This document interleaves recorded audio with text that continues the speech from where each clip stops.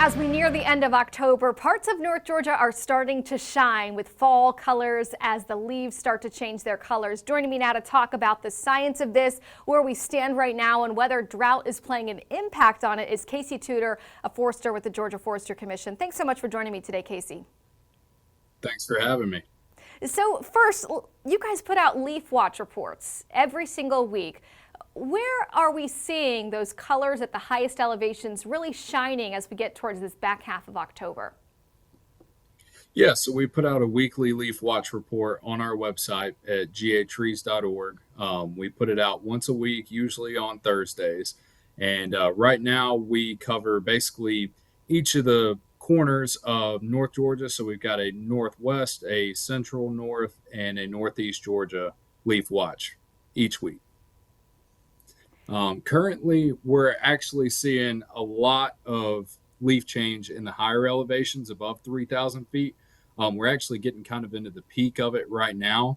We're seeing about 50 to 60% across the board above elevations of 3,000 feet. And we're starting to see some good leaf change as well in those lower elevations, more in the 20 to 30% range. So starting to see some good colors. And for those who don't know, what do we define as peak? What percentage of those trees need to change for it to be peak of fall foliage in one given location? So really, we would call peak somewhere in the 50 to 60%, because from there, usually we notice the timeline kind of shortens a little bit, especially with the drought and things that we've had in recent history. Those leaves can drop a little bit quicker. So I would say peak would be anywhere in that 50% plus range. The rest of the trees that haven't quite reached full color yet are going to quickly start to, especially as we get these cooler temperatures coming in. And with all the sunlight we've been having as well, we're getting some pretty good vivid colors as well. What about the weather? How the cooler nights that we've seen over the last 5 to 7 days, how have those influenced some of those highest elevations and unmasking those pretty colors? Yeah, so the higher elevations, especially, are getting really cooler weather. We're kind of seeing it all over the state. That's going to really help increase the vividness of the colors. Those sunny days followed by those cool nights really helps that chlorophyll start to break down a lot. So we really start seeing good color change in all of our leaves. And now a little more unfortunate situation that's unfolding while we watch these leaves changing color is the drought. Now, Metro Atlanta has been impacted a lot more than some of the North Georgia mountains, but are you noticing as you all are driving around and surveying that there is more kind of dull, muted brown colors and premature leaf drop?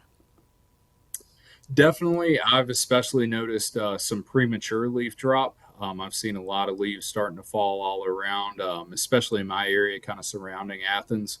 I've noticed quite a bit are starting to fall already, and we do have that kind of more muted yellow and brown.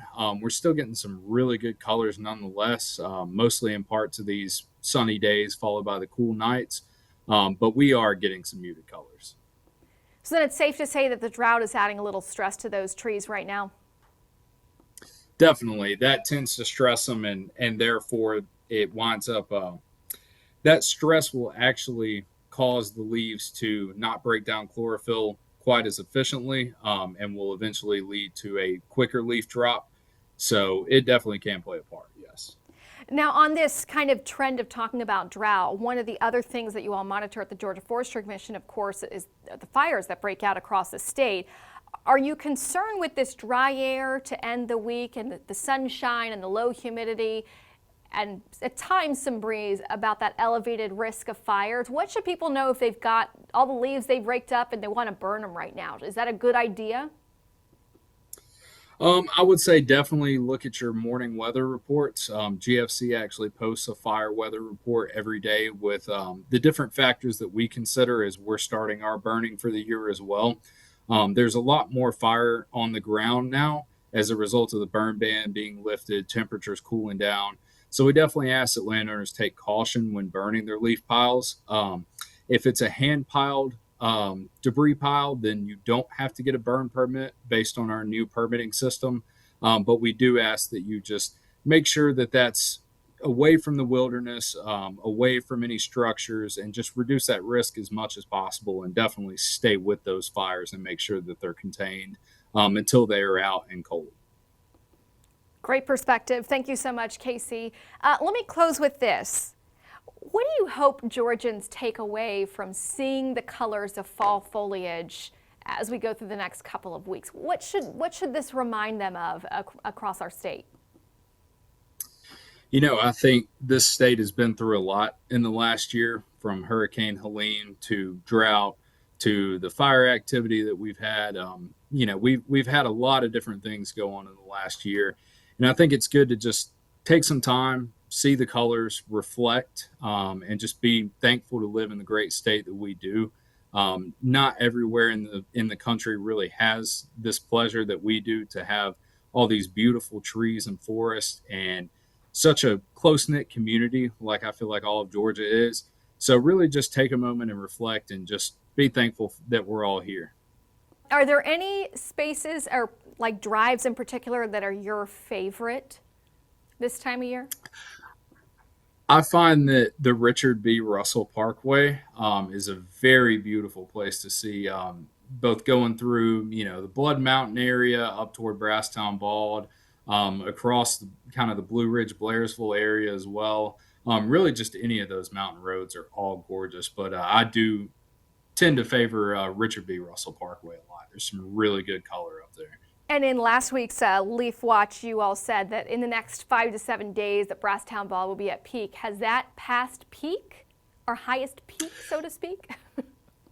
That's actually a great question. I meant to touch on that some. So really, in the areas that we're seeing the most peak activity, which is really all of the higher elevations above about 3,000 feet, we can expect peak to last about the next 2 weeks or so. So there's still a good time to get out there, plan a trip. I would say we may be getting some rain on Sunday, so that could cause the clouds to lay down a little bit and reduce the visibility. So definitely check the weather before you go out. But we should have about 2 weeks to really enjoy this peak color. Now, while we have peak color, if we see a storm system coming through with rain and wind, does that cause the leaves to fall off the trees earlier if they're kind of fragile in that state, or do they stay pretty strong? It definitely can, depending on the amount of wind that we do receive. With the drought and everything, I would imagine you're probably going to get a lot of leaf drop as a result of these winds. But overall, what stays on will kind of develop even more in color, I would say, with the increased moisture in the soil. So there's going to be some pros and cons to that. Casey Tudor, Forester with the Georgia Forestry Commission. Thank you so much for your perspective today. Thank you very much.